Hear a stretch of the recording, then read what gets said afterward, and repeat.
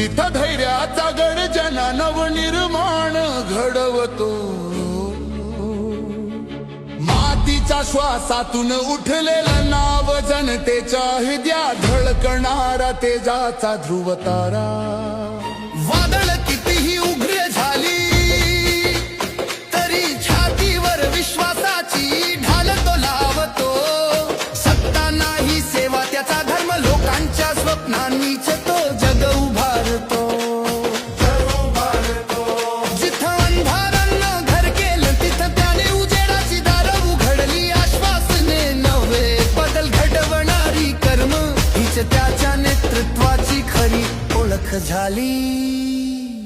शिवछत्रपतींच्या तलवारीचा वारसा आणि महाराष्ट्राच्या भूमीचा अभिमान, या दोन्हीच्या धगधगत्या परंपरेतून एक नेता उभा राहिला ज्याने भविष्याला नवा